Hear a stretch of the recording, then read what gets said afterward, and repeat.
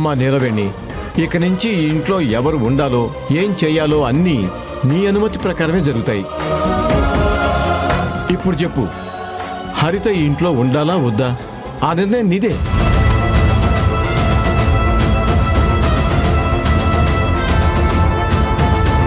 హరితమ్మ, మీరు ఈ ఇంట్లో ఉండడం మీకు మంచిది కాదు.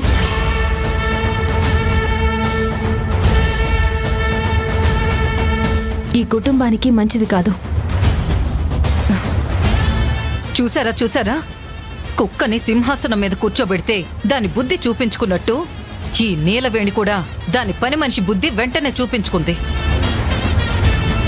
ఈరోజు హరితను ఉండొద్దు అంటుంది, రేపు మమ్మల్ని కూడా ఇంట్లో ఉండొద్దు పొమ్మనంటుంది. ఇలాంటి దానిక మీరు పెత్తనం ఇస్తున్నారు? ఇది మీ పుట్టిల్లమ్మా. మిమ్మల్ని వెళ్ళమనే అధికారం ఎవ్వరికీ లేదు. పెద్దమ్మగారు, నేనెవర్ని అవమానించాలనే ఉద్దేశంతో ఈ నిర్ణయం తీసుకోవడం లేదు. ఈ ఇంటి మంచి కోసమే తీసుకున్నాను. ఏంటి నువ్వు ఈ ఇంటికి చేసే మంచి? నిమిషమ్మ ఇప్పుడిప్పుడే జరిగిన అనర్థాన్ని మర్చిపోయి మామూలు మనిషి అవుతున్నారు.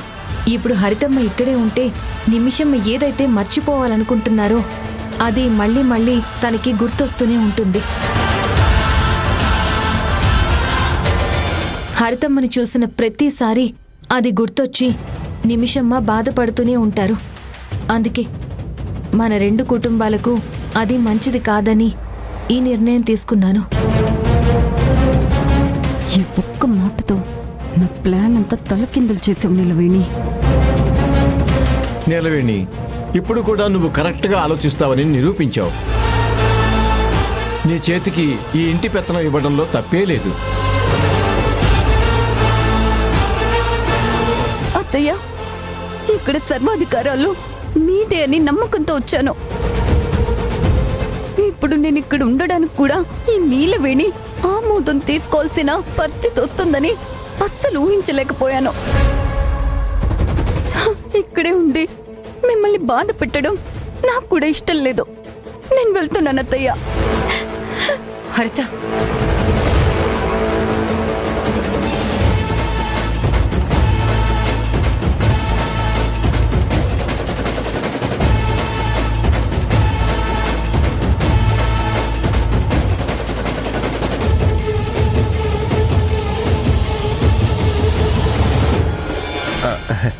ఇక నుంచి అదరగొట్టే సిస్టర్, అదరగొట్టే.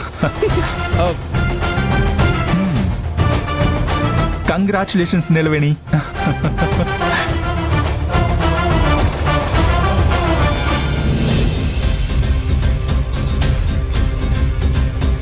హరితమ్మా,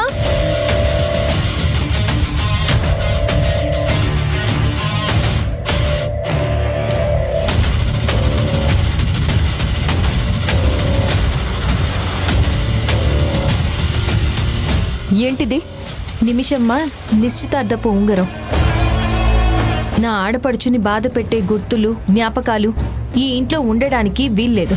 గుర్తులు కళ్ళ ముందు లేనంత మాత్రాన మనుషులు మారిపోతారా? మారడానికి చాలా అవకాశం ఉంటుంది.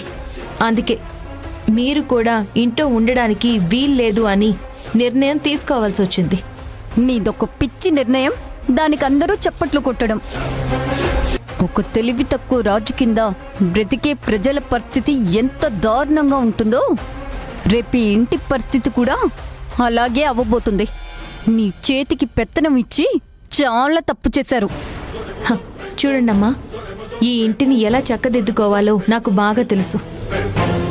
ఈ కుటుంబం గురించి, ఈ కుటుంబంలో ఉన్న మనుషుల గురించి మీరు మరీ అంతగా బాధపడిపోవాల్సిన అవసరం లేదు. మాటలు బాగా నేర్చావు నీలవేణి. ఈ ఒక్క నిర్ణయంతో గెలిచాననుకుంటున్నావు కదూ? చూస్తూ ఉండు, నేను ఎక్కడున్నా నిన్ను ప్రశాంతంగా బతకనివ్వను.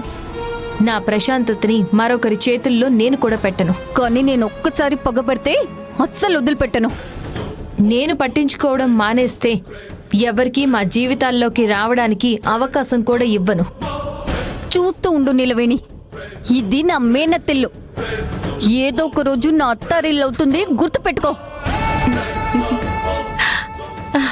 చూడండి హరితమ్మ, ఇది పలుపు తాడు కాదు, పసుపు తాడు. వేద మంత్రాల సాక్షిగా కట్టిన పసుపు తాడు, పంచభూతాల సాక్షిగా నా మెడలో కట్టిన పసుపు తాడు. దీని బలం మీకు తెలియడం లేదు, అందుకే నోటికొచ్చినట్టు ఏదేదో మాట్లాడుతున్నారు. చూడండి, అనవసరమైన ప్రతీకారాలు మనసులో పెట్టుకోకుండా ప్రశాంతంగా బతకండి. ఇక వెళ్ళండి. నీలవేణి, చూస్తూ ఉండవే, ఆ పసుపు తాడుని పలుపు తాడుగా అతి త్వరలోనే మార్చేస్తా.